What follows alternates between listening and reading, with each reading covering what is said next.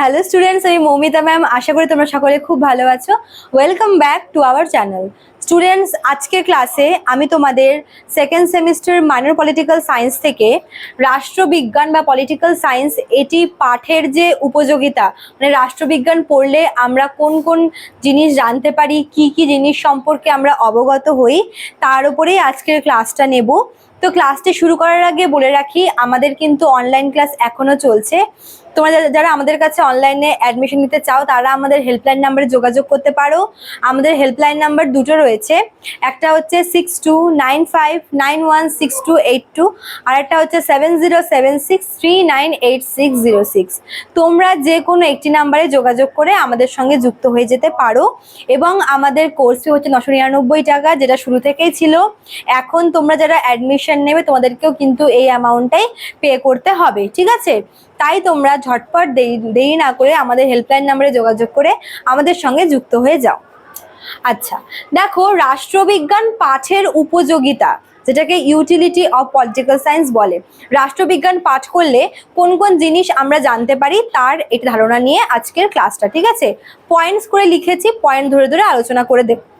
দেখো, প্রথমে যেটা আছে সেটা হচ্ছে অধিকার এবং কর্তব্য সম্পর্কে সচেতন। দেখো, যদি আমরা রাষ্ট্রবিজ্ঞান পাঠ করি, ঠিক আছে, দেখো আমাদের এই যে আমাদের জন্য, মানে দেশের জন্য, দেশের নাগরিকদের জন্য বেশ কিছু আইন, বেশ কিছু অধিকার কিন্তু দেওয়া রয়েছে, যেগুলো আমরা পলিটিক্যাল সায়েন্স পড়লে কিন্তু জানতে পারবো না। আমাদেরও কিন্তু দেশের প্রতি কিছু কর্তব্য আছে। দেখো, আমাদের কিছু অধিকার রয়েছে এবং দেশের প্রতিও আমাদের কিছু কর্তব্য রয়েছে। কাজেই আমরা যদি রাষ্ট্রবিজ্ঞান পাঠ করি তবে আমরা আমাদের অধিকার সম্পর্কে বুঝতে পারবো এবং আমাদের যে করণীয় কর্তব্যগুলো রয়েছে সেগুলো সম্পর্কেও কিন্তু আমরা অবগত হতে পারবো। কাজেই নিজেদের অধিকার বোঝা এবং নিজেদের কর্তব্য সম্পর্কে অবগত হওয়া, সচেতন হওয়া, এই সব কিছু কিন্তু আমরা রাষ্ট্রবিজ্ঞান পাঠ করলেই জানতে পারি, ঠিক আছে? নেক্সট দেখো কি বলেছে, সমাজ জীবনের প্রকৃত মূল্য অনুধাবন। দেখো, রাষ্ট্রবিজ্ঞান এবং সমাজবিজ্ঞান এই কথা দুটি কিন্তু একে অপরের সাথে রিলেটেড, ঠিক আছে?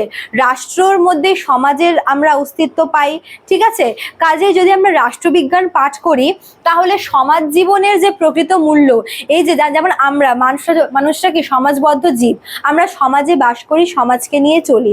এই যে সামাজিক যে মূল্যবোধটা, প্রকৃত যে মূল্যটা, সমাজ জীবনের আসল মূল্য, কেন সমাজ প্রয়োজন, কেন আমরা সমাজবদ্ধ জীব, কেন আমাদের সমাজকে নিয়ে চলতে হয়, সমাজ জিনিসটা কি, এই সমস্ত কিছু কিন্তু রাষ্ট্রবিজ্ঞানের মধ্যেই ইনক্লুড করা থাকে।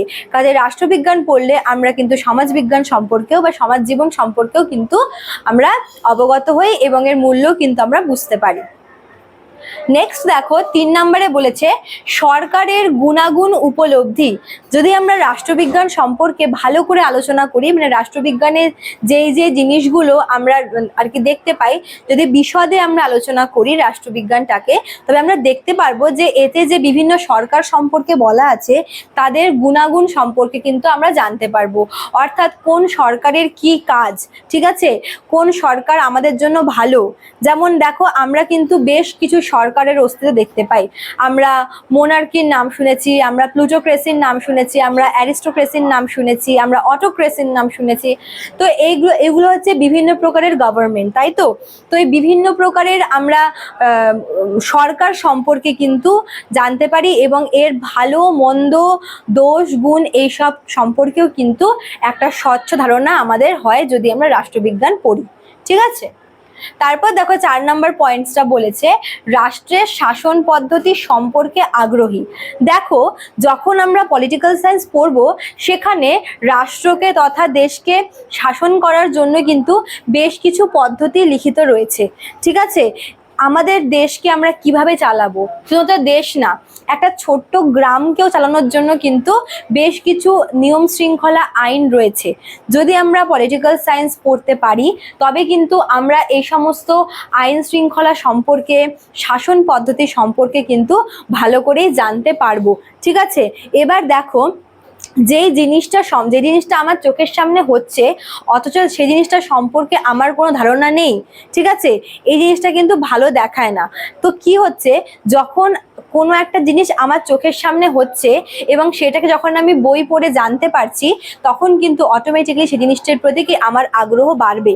কাজেই কিভাবে শাসন করা হয়, শাসন পদ্ধতি, আইন পদ্ধতি, এই সমস্ত কিন্তু কিছু আমরা রাষ্ট্রবিজ্ঞানের থ্রুতেই জানতে পারি। কাজে রাষ্ট্রবিজ্ঞান পাঠ করা অত্যন্ত প্রয়োজনীয় বলে মনে করা হয়। লাস্ট পয়েন্ট দেখো, এটা হচ্ছে চিন্তা শক্তির বিকাশ। দেখো, যখন একটা মানুষ যখন পলিটিক্যাল সায়েন্স পড়বে, তখন সে তার চিন্তা থেকে এক ধাপ কিন্তু এগিয়ে যাবে। তার চিন্তাধারা সেগুলো কিন্তু একটু অ্যাডভান্স হবে, মডার্ন হবে, ঠিক আছে। সে তার দেশ সম্পর্কে জানতে পারবে, সে তার সমাজ সম্পর্কে জানতে পারবে, সে বিভিন্ন দেশের আইন শৃঙ্খলা, নিজের দেশের আইন শৃঙ্খলা, আইন, কর্তব্য, অধিকার সমস্ত কিছু সম্পর্কে কিন্তু ভালো করে জানতে পারবে। এর ফলে কি তার যে চিন্তা শক্তি সেটার কিন্তু বিকাশ ঘটে। এবং যখন একটা মানুষের মধ্যে চিন্তা শক্তির বিকাশ ঘটছে, তখন কিন্তু সে ইজিলি যে কোনো সমস্যার সমাধান করতে পারে, ঠিক আছে। তো এগুলি ছিল হচ্ছে রাষ্ট্রবিজ্ঞানের পাঠের উপযোগিতা, বা রাষ্ট্রবিজ্ঞান পাঠ করলে কি কি সুবিধা আমাদের হয়। তো তার উপরে আজকের ক্লাসটা ছিল। আশা করি তোমরা ক্লাসটি বুঝতে পেরেছো। ভালো লাগলে অবশ্যই তোমরা লাইক, কমেন্ট করবে, শেয়ার করবে। দেখা হচ্ছে নেক্সট ক্লাসে। Thank you.